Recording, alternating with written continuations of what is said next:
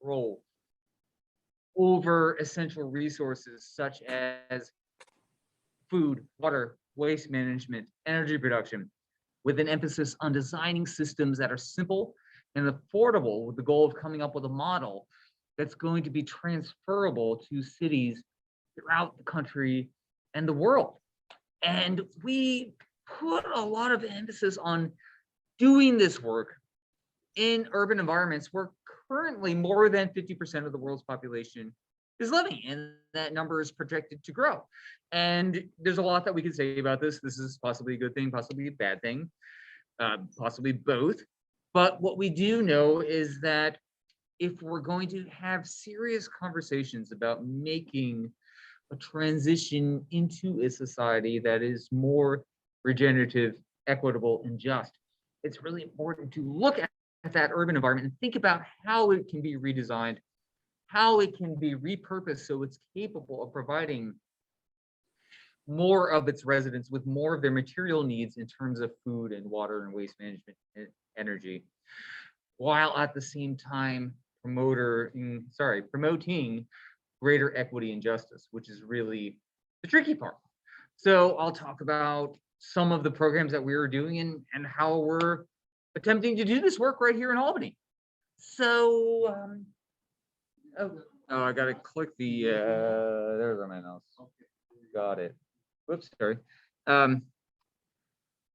Yeah, this is a shot of our site. We actually have a 1 acre parcel in the south end of Albany. We have been on site doing this work since 2009, where we began with a single half-acre parcel and were more recently donated the adjacent half-acre parcel. So we have a full acre, which, you know, in the grand scheme is not a lot of land, but in an intensive urban context, it's a pretty good sized parcel. And when we first got there, it was pretty much all a big asphalt parking lot that was strewn with debris and abandoned cars. And we've really gone about the work since then in tearing up asphalt and slowly building up, regenerating the health of soils, which is key and critical to creating more resilient and abundant food systems in environments such as the south end of Albany, which is textbook case of what we call food deserts or food swamps or food apartheid, which means there is an abundance of corner stores and liquor stores, but not much in the way of fresh or affordable produce. This is, of course, a wicked problem, a large, complex issue that no single intervention will be adequate in addressing. It's really going to take a lot of us working on it from multiple angles, everything from food pantries to supermarkets, market-based, non-market-based solutions, urban agriculture, farmers markets. We're really doing all those things. Our focus is primarily on building what we call food sovereignty, which is increasing the capability, the capacity of the local community to be producing their own food and be having control over the process of doing that, deciding, you know, what to plant, and going so far as to actually be promoting land ownership among the local populace as well. I mean, one thing about Albany and a number of other second tier, not exactly shrinking cities, but possibly plateau cities with relatively stable populations, we have an abundance of vacant lots and housing, some that can be lived in, some that cannot. But there is a lot of potential in these lots that are available to be repurposed for agriculture and also be providing numerous other socio-ecological systems and services at the same time. So that's a general layout of Radix, our 1 acre site. There's probably also about 6 or 7 other gardens throughout the south end of Albany that we caretake or steward in one form or another as part of a coalition with a number of other grassroots and community-based organizations in the south end, such as A Village and the Trinity Institute. We're a pretty tight constellation of organizations that are doing similar types of activities. So yeah, we have a 20-foot by 60-foot solar greenhouse, and that's sort of the central feature of our property. There's actually, but this is a fairly old photo, so there's number of other structures that have since arisen around it, including a classroom.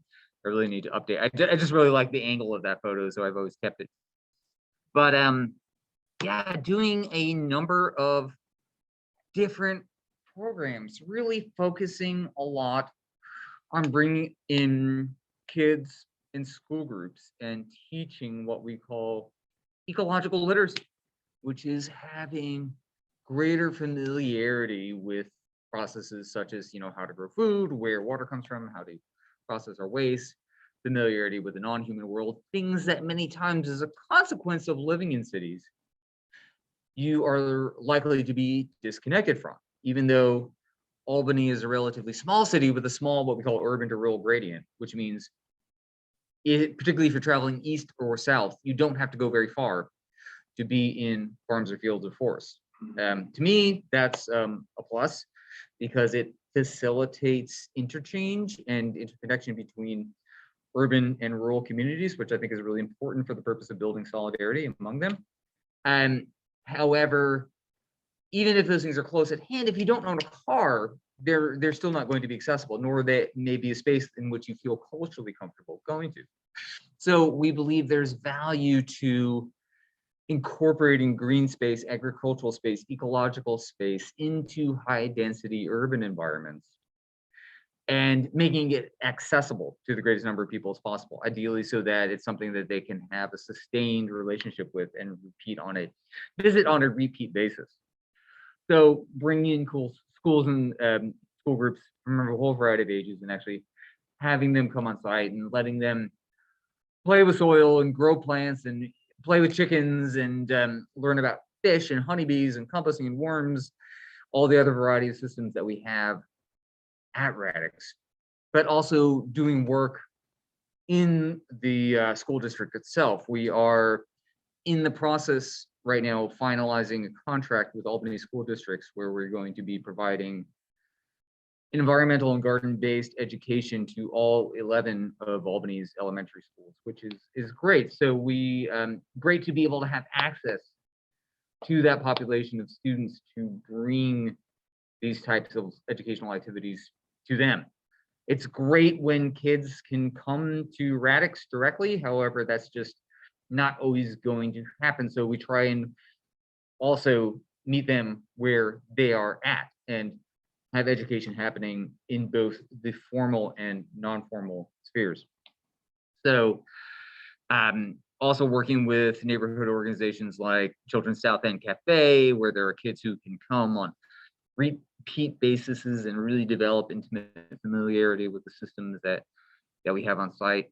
We also run an after-school youth employment program where we have high school students who will come 5 days a week, I believe at this point, and from about 4 to 6 p.m. and help with the systems on the farm at Radix and do work in the local community, but also be learning about environmental justice issues that are relevant to their lives. This turns into a 5-week summer program that we do that's funded through Summer Youth Employment Program, and we combine that with an AmeriCorps program that we run. So we have college-age students and high school-age students working together. We've done this for the past 2 years. It's been called Climate Justice and Pandemic Resilience Program, to really be trying to address a lot of these systemic inequalities that have been laid bare by the effects of the pandemic, even though they've been there all along. It's increased the visibility of them. So really just trying to do direct work to relieve some of those issues. So yeah, a lot going on an educational level. Here is actually the inside of the solar greenhouse that contains a number of systems, including aquaponics, which is a way to grow fish and plants together in a closed-looped recirculating system where the wastes produced by fish become nutrients for plants that are also grown in the system, and is a great way to model what we call cyclical ecosystems as opposed to linear ones where the wastes produced become the inputs for another part of the system who in turn purify the water. And this really models a lot of the work that we do with soil and composting as well, really trying to promoting cyclical ecologies. And this is also a great way to build familiarity between youth and aquatic systems, aquatic ecologies. Albany, Troy, all these river cities were built ostensibly because of their relationship to the Hudson River, which we have since constructed an interstate that runs parallel to and cut everybody's access off from. And when people are cut off from something, it's hard for them to care for it. So a big part of our work is trying just to reconnect people to that river, which sustained thousands of people for thousands of years, and to really push back on the narrative that it is hopelessly polluted, and to show them that it is possible via simple actions to take step towards regenerating its health as well, and cultivating an ethic and sense of love and reciprocity between youth and the river, many of whom, despite having grown up in the city, have never actually been to it. One really exciting program that we've just gotten funding for this summer is to actually build a solar-powered boat, pontoon boat, that's going to be deploying artificial floating islands in the Hudson that are going to diversify and complexify its otherwise purely concrete, sterile shoreline. So I'll talk about more of that in a bit, and involving youth in that process. Pivot didn't mention I had a book come out. This is fairly academic text. I'll make a plug for it right now. If anybody is interested in looking at it, please send me an email. I will be happy to send you a free digital copy. It is a prohibitively expensive academic text, so I'm primarily interested in just it being available to people to read. So here are some of the central premises in that text that are also really relevant to the work that we're doing at Radix. Thinking about sustainability, right, is a word that gets tossed around quite a bit, to the point where a lot of us are rather confused about its meaning, you know. But when it was originally coined in the 1970s, it's about being mindful of the social, economic, and environmental dimensions of life. I mean, there's certainly a critique we can come up with that. However, that being what it is, you know, is represented by this type of Venn diagram. What has occurred, though, in recent decades is a greater emphasis put upon economic issues of sustainability, and an exclusion and marginalization of the social pillar of sustainability. So questions of equity and fairness and race and class and justice and access tend to have been left out of the picture because they're inconvenient, less compatible with the status quo. So we want to be very explicit in our work in trying to recenter that social pillar and ask, how do questions of, for instance, equity and fairness and race and class pertain to things like soils and water and air and non-human life and waste cycles? And in that regard, use it as a framework for teaching environmental education in a way that underscores its relevance to urban youth, many of whom feel have internalized a lot of negative attitudes towards the places they actually live. This is partly due to the way that environmental education is taught conventionally, which is very much that nature is something, you know, out there. Like if you want to experience true nature, it's necessary to go to the Catskills or the Adirondacks, which is great. Those are beautiful places, and it's not meant to be dismissive of that. However, that can have the effect of reifying a nature society dualism, where we see ourselves then and the places we have built to live as being separate from nature.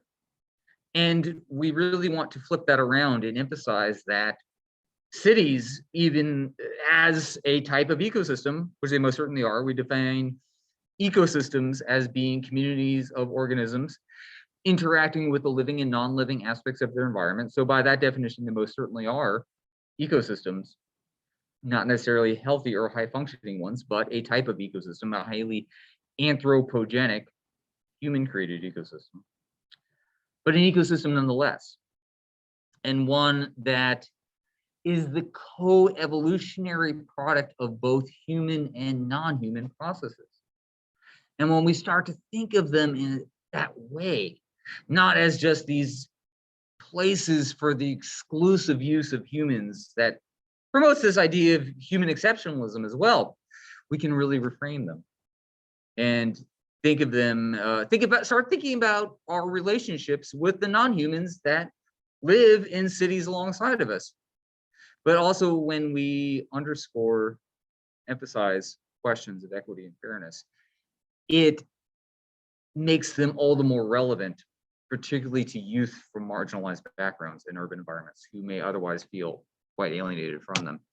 So one way to think about this is this concept of just sustainability, which takes a page from the environmental justice movement. Environmental justice movement has done a great job of identifying how it's frequently low income and communities of color who suffer disproportionately from exposure to sources of toxic and polluting industries.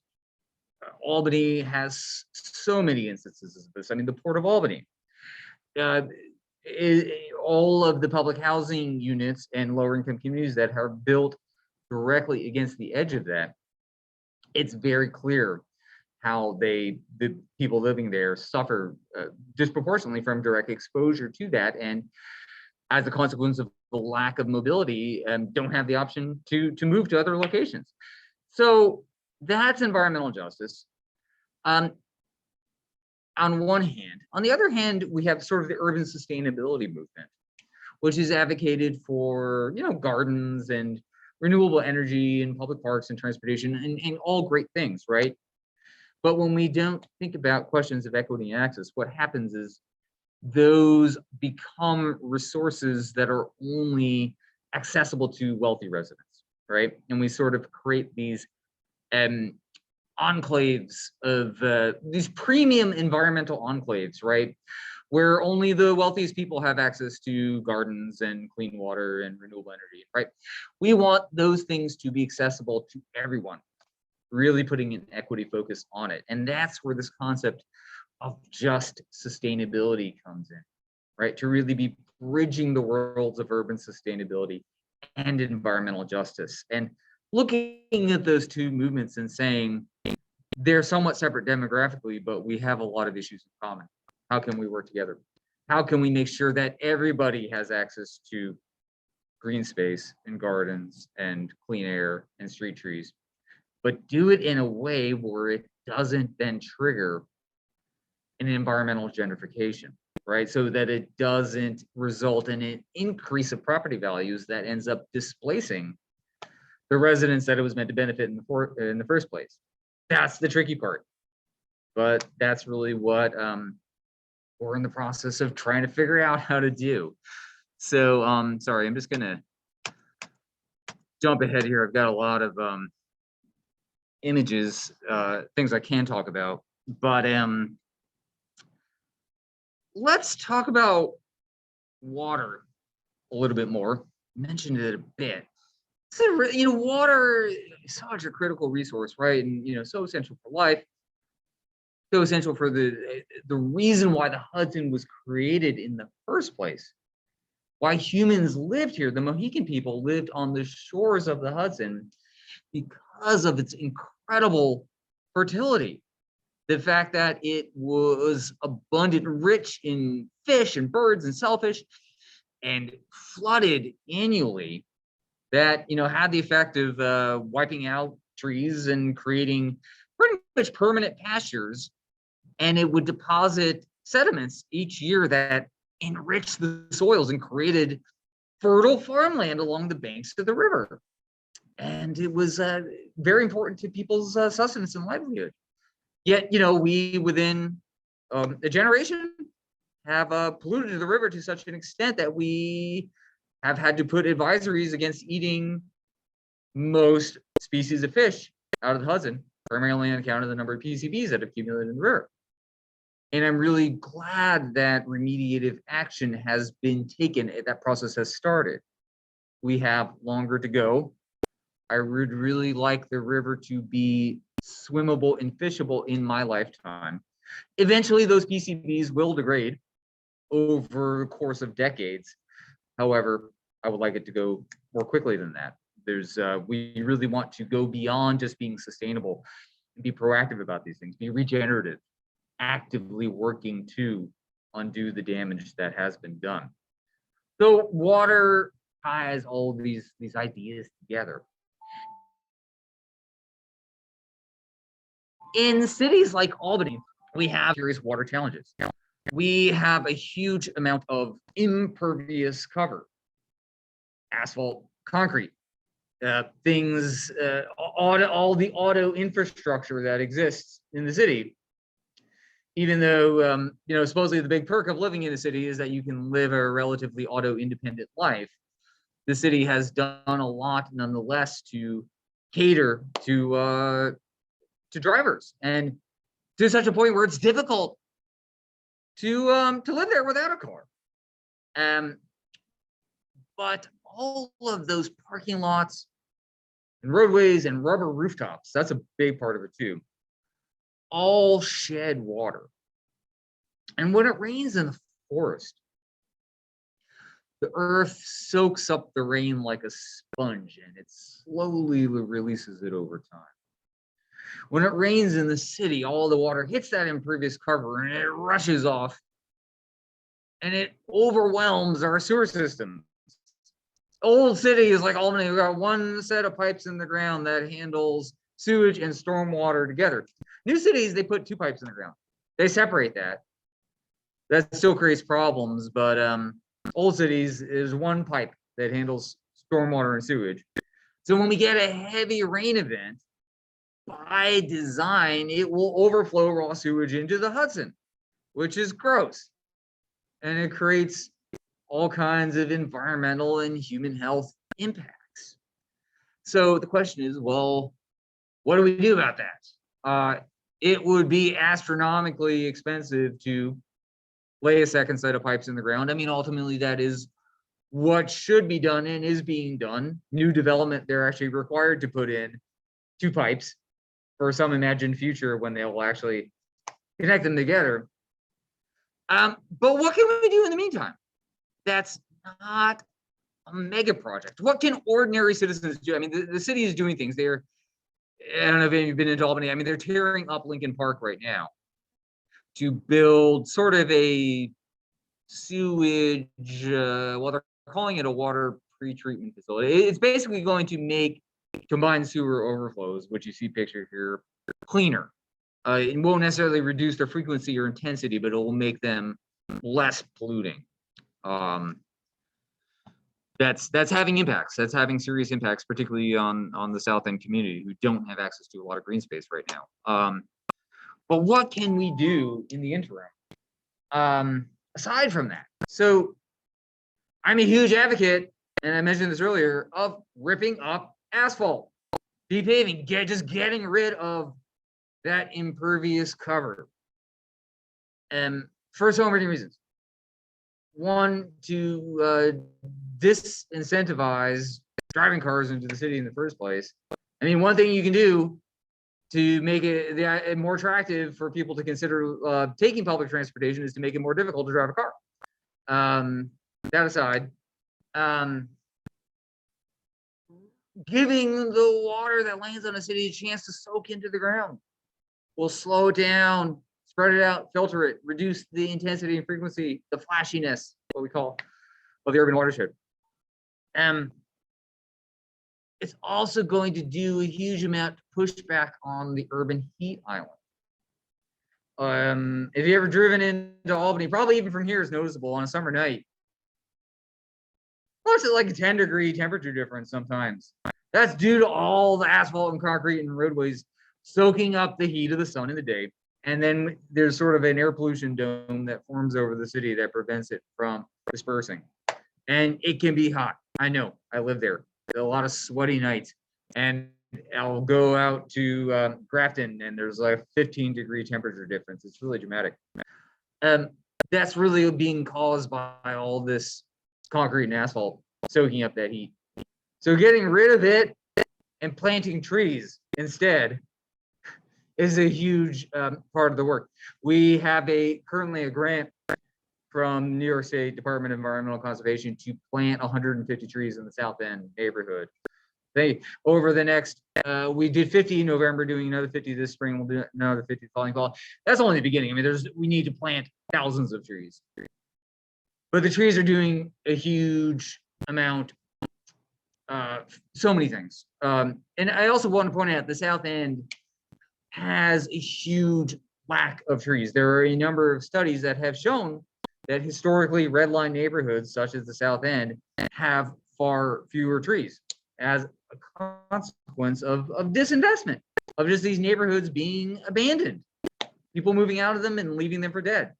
The trees are often also cut down for perceived security reasons. There is this persistent ideal that trees breed criminal activity, which has been disproven, over and over. Yet that attitude remains, and a lot of our work is educational to have, particularly police departments, realize that studies show quite the opposite, that trees actually result in a reduction of crime. The primary benefit is shading. Just creating shade that's going to keep neighborhoods cooler. I know it because I have to work all summer in the city, and I choose my route where I go based on how many trees there are, because I want to walk in the shade as much as I can. It is so much cooler. They're making shade. They're cleaning air. A lot of airborne particulates that are coming off of 787 can be trapped and immobilized on the surface area of the leaves of trees. Carbon sequestration. Trees are soaking up a lot of carbon out of the air, pushing back on climate change to the extent we're able to, but at least creating more resilient, climate resilient communities on a local level, right? There's, along with environmental justice, this notion of climate justice, right? That is lower income and communities of color people who are going to suffer the first and the worst as a consequence of the effects of climate change, because they don't have the economic buffers around them to insulate, or lack the ability to move, or in many instances, this is the case out there, just can't afford air conditioning, right? That many of us otherwise can. So a lot of issues. Trees are really one of the best things that we can do in that regard. We're really putting a lot of emphasis on increasing the genetic diversity of the urban forest. A lot of times cities plant, well, kind of goofy ornamental trees. You know, they're pretty, they make lots of flowers, but that's about the extent of the services they provide. A lot of them are clones. Like Worcester, Massachusetts, about 50% of the trees there are a clone of a single red maple. There's no genetic diversity. That means if a disease comes in, it's going to wipe it all out like that. So trying to plant trees that have been grown from seed, as opposed to ones that are taken from cutting, so that there is genetic diversity. And this is an aspect of urban forestry that is commonly overlooked, but the idea of agroforestry, right? That we're planting trees that have some food production capability, which many people object to because they say, well, it's messy. It creates aesthetic issues. I say, okay, well, we have a food access issue also, which matters more. Actually just did a walk around the 3-hour walk around the city yesterday with the city forester, and we're going to be planting a bunch of apple trees and pear trees in a number of locations, but also other food producing trees, particularly nut trees, black walnuts, pecans, oaks, black cherries, service berries, hawthorns, mountain ash, diversity of more traditional and less traditional food producing trees, that even if the humans don't eat them, well, then the birds will, right? And that's another aspect, that the thing that we need to think about is this idea of biocultural diversity. Again, cities aren't only for the exclusive use of humans. There are other species that live there. And we can design them in such a way that they actually can be havens of biodiversity.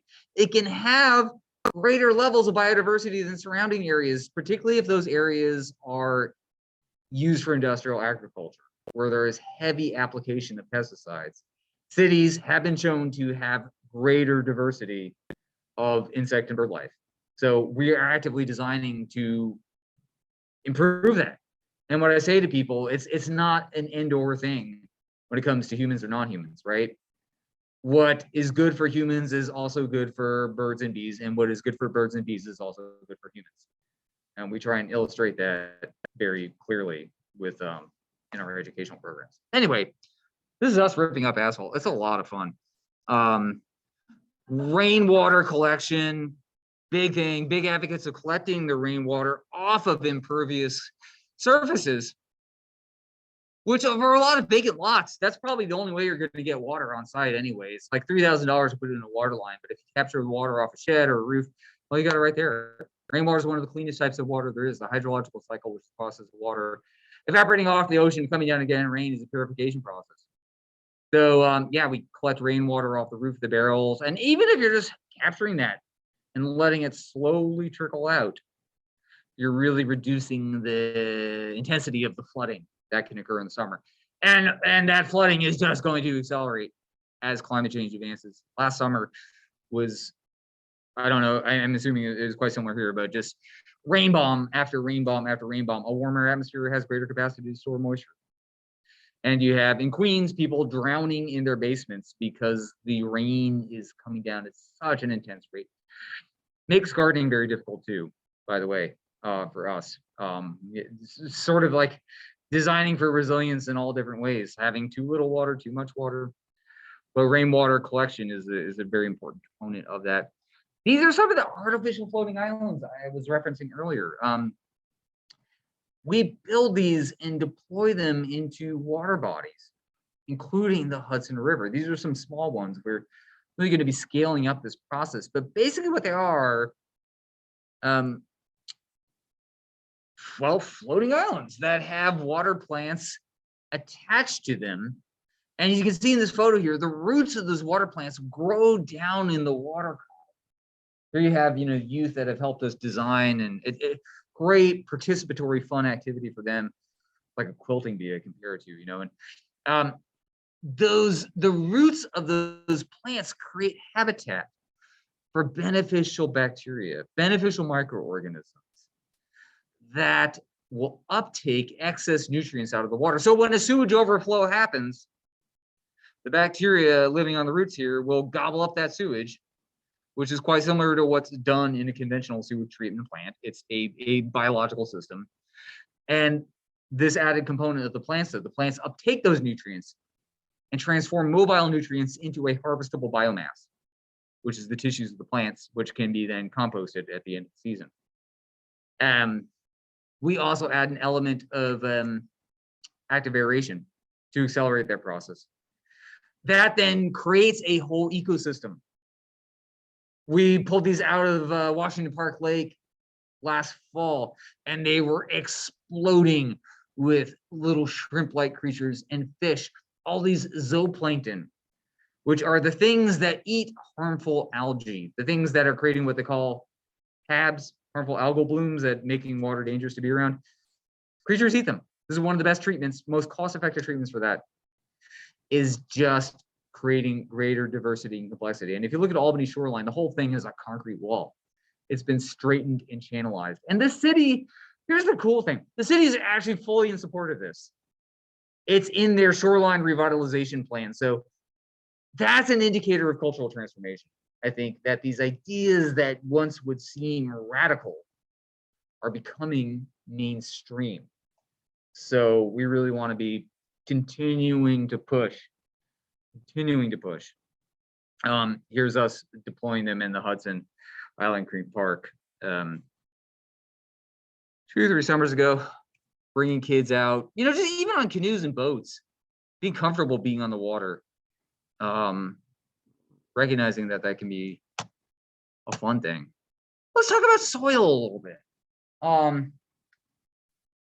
When we're thinking about barriers to food production in cities, the fact that urban soils tend to be non-existent or degraded or contaminated is one of the biggest barriers to cities. Most urban soils are, like we mentioned, paved, right? Non-existent. If you rip up that asphalt, the soils underneath are heavily compacted like rock as a consequence of trucks driving on top of them for years and years and years. It's really hard to grow vegetables on rocks. So they need to be decompacted, broken up, or contaminated. Consequence of industry being located inside a city for the past 150 years has resulted in concentration of organic and inorganic pollutants in the soils and water and air in the near vicinity of cities and cities themselves and the bodies of the residents. Lead being one of the more ubiquitous ones, coming from lead-based paint and leaded gasoline, which were used up until the 1970s. While lead levels in children have dropped nationwide considerably since then, they remain persistently high in inner city environments because of the legacy of these materials and the fact that the resources haven't been invested to do the remediation work that's necessary. So what do we do about that? This is actually us running, this might have been the Department of Health actually, but we have a similar machine called an X-ray fluorescence machine that's able to test up and down the periodic table. We do free soil lead screening for residents. I'll jump right ahead here.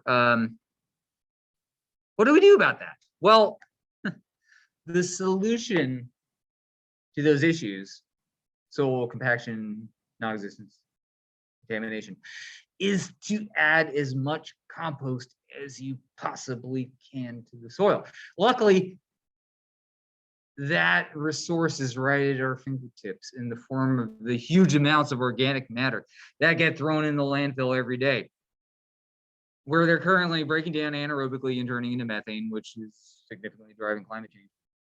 What we need to be doing is intercepting those food wastes and keeping them out of the landfill, composting them aerobically on the surface of the planet, where the only product then is biogenic carbon, and then using the finished compost to be building soil where it doesn't exist, to be regenerating its health where it's been degraded and compacted.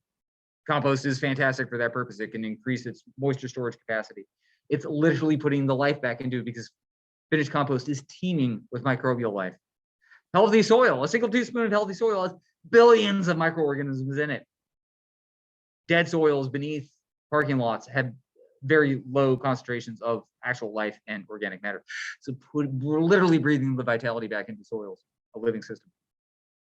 And in instances where it's been contaminated, compost is very useful to create a physical barrier separating people from soils that may be contaminated beneath them.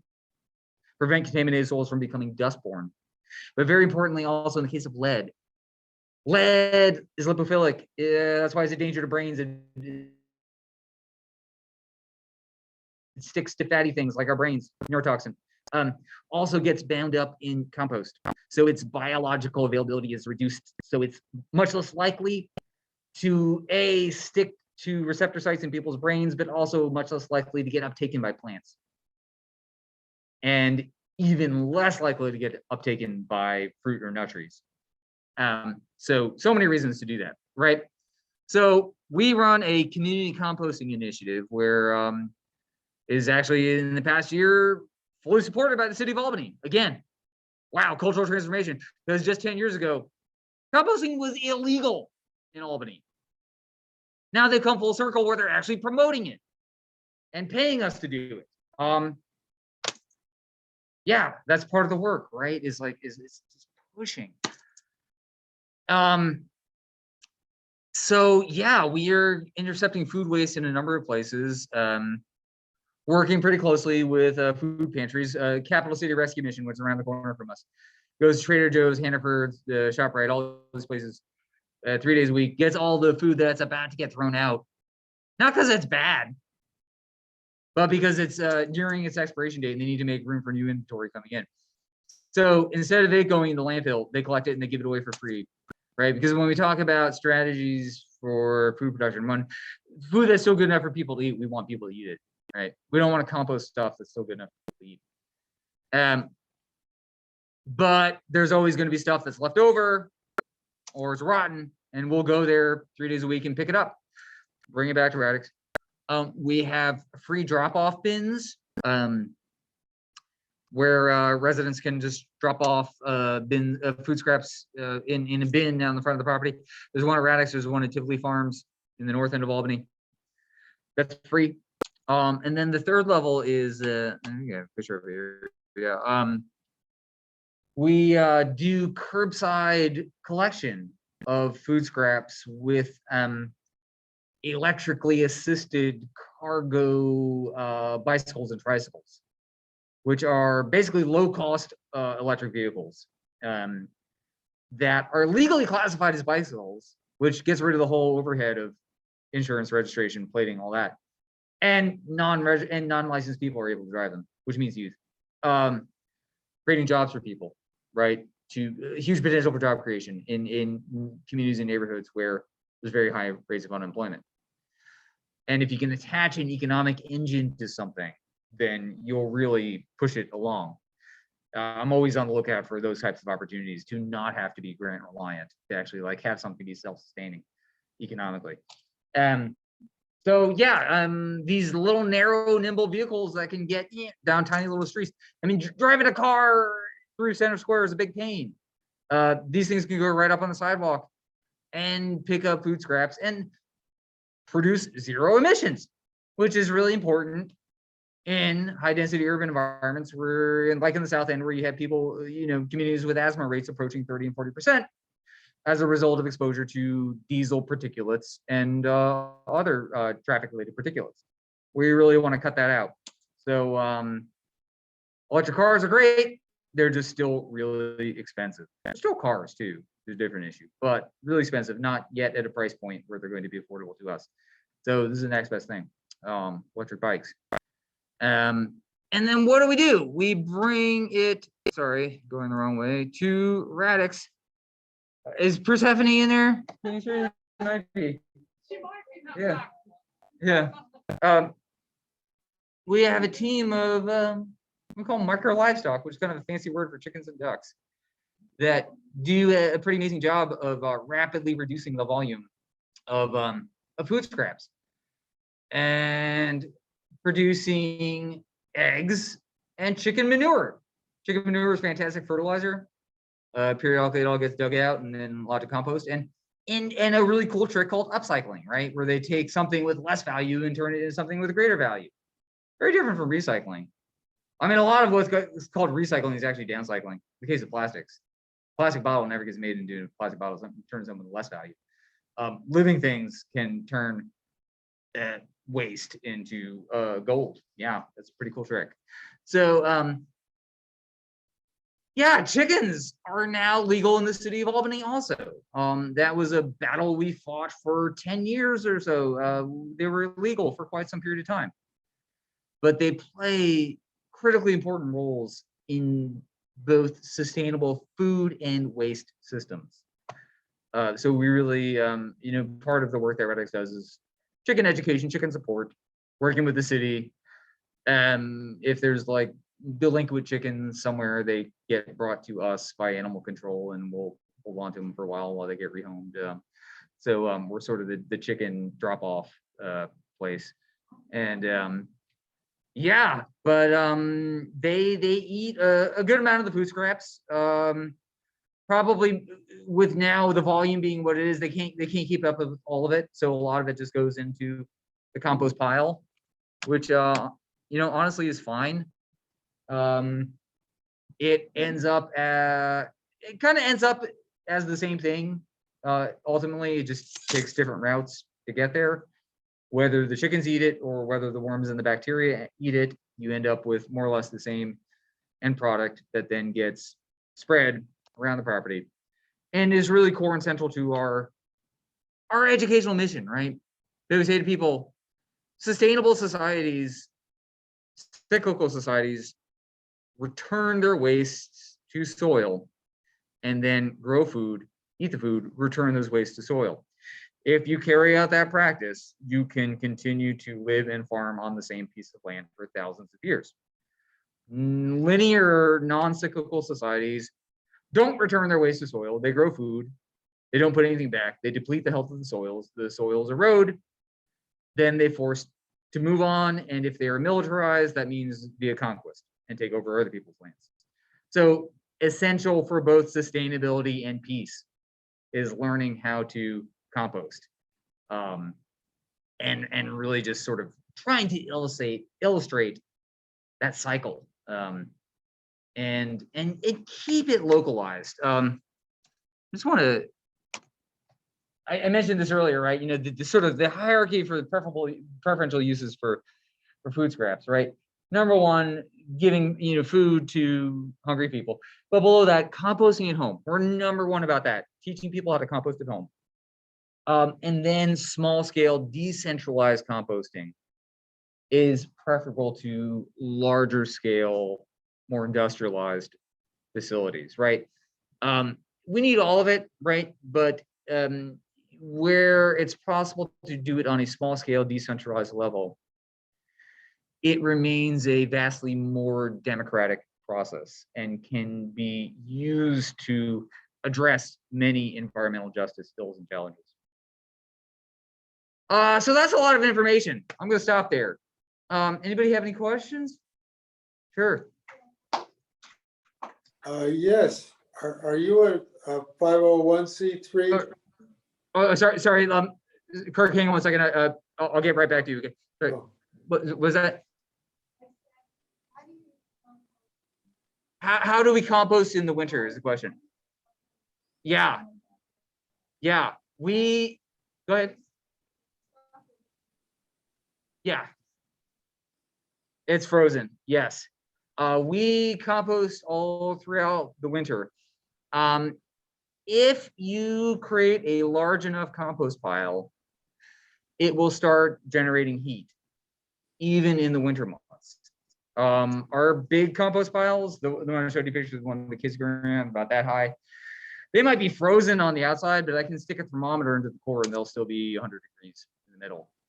But a lot of the stuff around the edges is frozen. And that's okay. That's okay.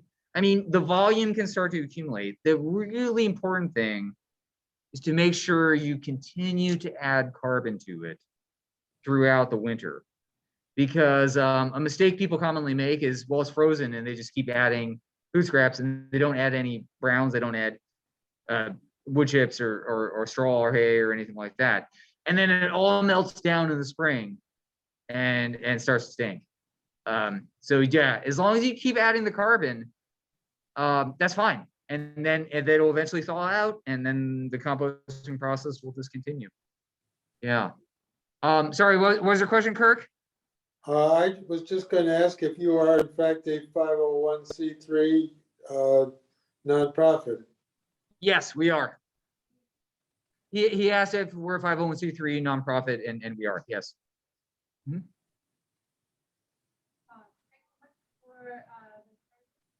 My question is, what percentage of your operation in the multiple operations are grant-based, and what percentage are have developed their own thing? Yeah. So when we first began, really the goal was to not be a grant-dependent organization. To, at the base of our economic survival repertoire, have ecologically regenerative micro-industries, really, that everything rested upon, which it still does. And those are a CSA farm share and the composting business. Those two things bring in income. Not a lot, but enough to sustain themselves. Then the thought was, well, we'll then build programs on top of that.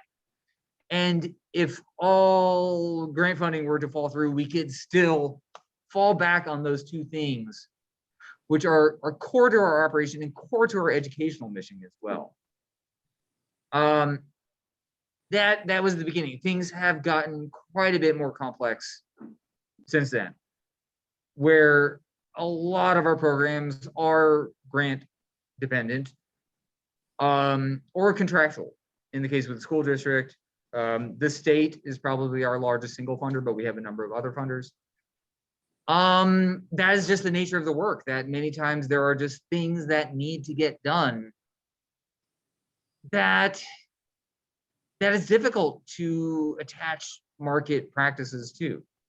That just simply, we live in a profoundly inequitable world, and to address that and to right those inequities, it's going to just sometimes mean subsidizing particular activities and taking resources from here and moving them there. And then eventually over time, hopefully those will balance out and they can become more self-sustaining. But, you know, for instance, during the pandemic, I mean, educational activities included, right, is something that's generally as a whole publicly supported because it's you know, believed to be a good thing. During the pandemic, you know, there was a huge concern that, well, I mean, a lot of organizations went under, particularly arts-based organizations. We were able to shift, luckily. A lot of our educational programs had to be paused, but we also dealt a lot with emergency food relief. And a number of emergency funds did become available to that. So we need to have that nimbleness and that agility to be able to change as needed.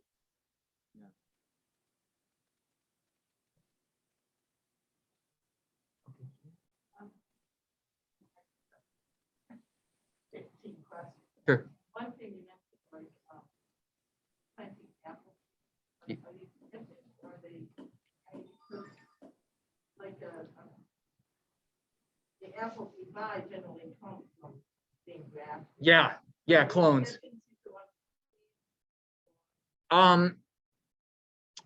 Most of the apples we plant are clones, are named varieties, right? Because the thing is, when you plant an apple tree grown from seed, there's a very good chance it's going to produce not good apples. But sometimes it does. There are also, for instance, there's a number of wild apples on the Radix property. Some of them make really good apples, low sugar apples. But I kind of like the tart apples too.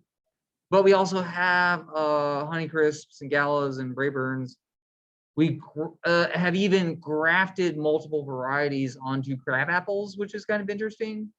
Have single trees that produce multiple varieties of apples. So yeah, we have plants and trees that are both cultivars and grown from seed, and I like to do both. It's a tricky thing. Like if you only have space for one tree, it's probably going to be a good idea to plant a cultivar, right? If you have 100 acres, yeah, throw some seedlings out there and be part of that ongoing experiment of evolution. Yeah, so both, I guess.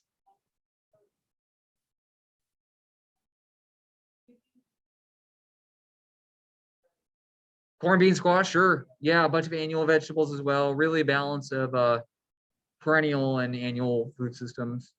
A lot of vegetables, a lot of fruiting shrubs and bushes and trees. Yeah.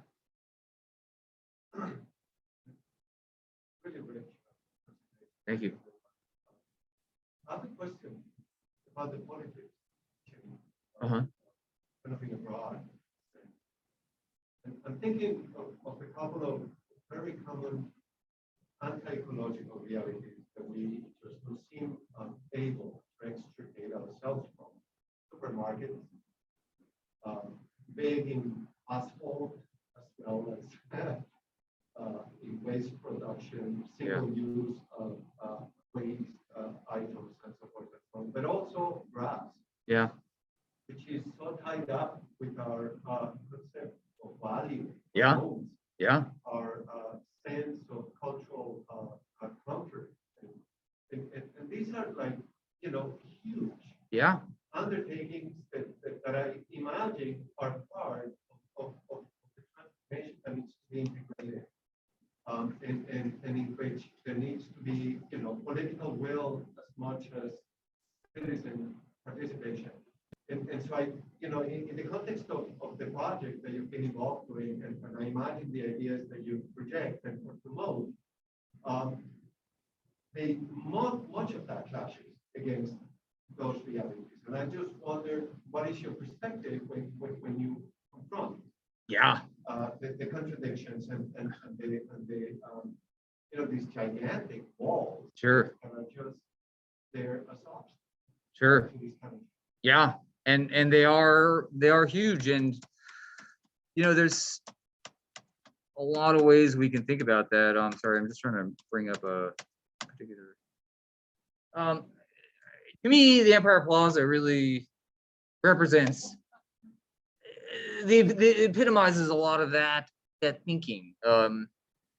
Nature society dualism, dualistic thinking in general, really, but the ideal of modernism and modernist aesthetic sensibilities. It's really symbolic of the idea that humans are the master of nature.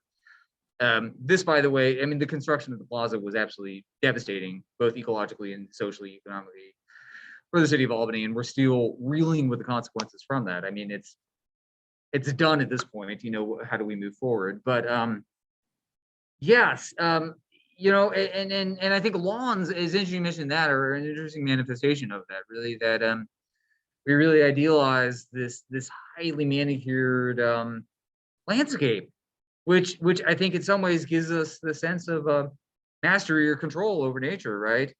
Which, if you look at the origins of where lawns came from, and it was an expression of wealth. Originally, that people owned enough sheep that they were able to keep lawns cut that short. When sheep started getting phased out, it was about paying enough servants to go around on hand on knee and cut it with scissors. And that its association with wealth has carried over to the present day, and we pay a price for it. I mean, the amount of fossil fuel energy and pollution that is generated just for the maintenance of lawns is extraordinary. So yeah, just engaging people in that way and be like, well, you know, what about instead of having just a green manicured lawn, what if you did fill it up with native fruit producing berry bushes and trees that were making food for you and your family, but also creating habitat for birds and insects, and creating shade and sequestering carbon and filtering air and doing these other ecosystem services. And you know, I mean, I think a big part of that is just showing people that it can be beautiful, but you know, developing a different frames of aesthetics, right? You know, what is considered nice, but it's difficult because there's legal structures in place too, even in the city of Albany, where you will get a violation notice if your grass grows above that high. I had a meeting with the commissioner of DGS yesterday and had to have a $300 fee wiped out for overgrowth, which apparently was one of our berry bushes. So yeah, but these are the battles just have to be fought. Yeah. Let me take. I have to go pick up my daughter in just a little bit, but yeah, can we take just sorry, Kirk, I gotta close down the display, but thank you so much for being here. Thank you. I'm gonna pull the plug there. There we go. Yeah. Jeremy. Your talk is really interesting, but it's unfortunate a little bit that it has to, the initiative, some of this has to come from individuals who have this concept and